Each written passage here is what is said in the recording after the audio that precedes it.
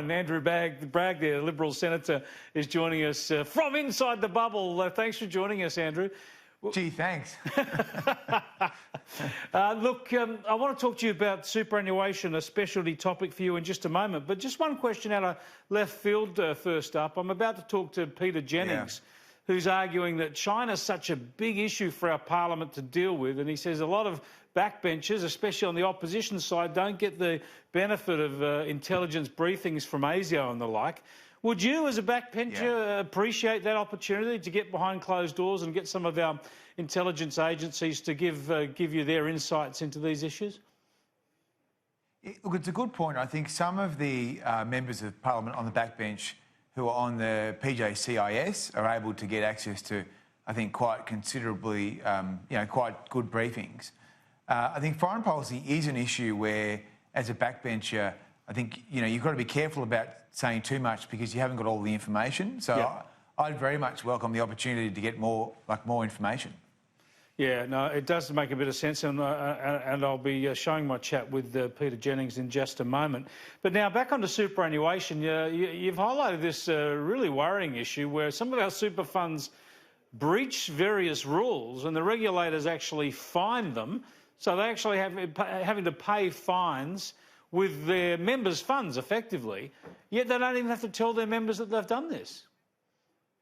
Yeah, exactly, and that's why I asked ASIC at some parliamentary hearings recently about, what is the current status, because you can see that these super funds, when they're fined, they put out a press statement, but members of super funds don't read press statements. I know you do, Chris, but the typical investor don't read press releases. So I was just trying to work out what sort of notification do they have to give members that they're actually paying a fine out of the members' money, and the answer is they don't have to do it. You would have thought at the very least in their annual statements that they all send out to members about how they've performed as a fund, you would have to include any penalties that you've paid, especially, as you say, it's the members' money. Well, I think even just requiring them to send an email to their members saying that they've had to, pay a fine out of their retirement savings would be a reasonable idea to look at. Again, this is an industry which has done very, very well from government mandate, and I think there's a lot of areas where we can improve transparency. Yeah, that's what it gets to, just the whole transparency of this area. It tends to be opaque and it benefits, obviously, the people running the funds. That lightens the load on them. And it also suffers, I think, from customers, members of superannuation funds. Perhaps we don't take enough of an interest in what's going on here. But a lot of us grew up, I suppose, thinking all this stuff was managed by employers or government. But there's so much competition in the field now, we ought to keep a real close eye on it because we might get better value elsewhere. And I think for most people, super will be your second biggest asset. And increasingly with home ownership it is a difficult thing to achieve a first home often, that super could be people's biggest asset. So certainly the implementation of the Royal Commission and other reforms we're looking at are designed to try and get a better deal for super fund members.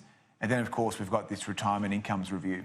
Is it too complex these days for people to actually manage their own super and keep an eye on these things themselves? Are they really in a situation where you need to have a financial planning advice?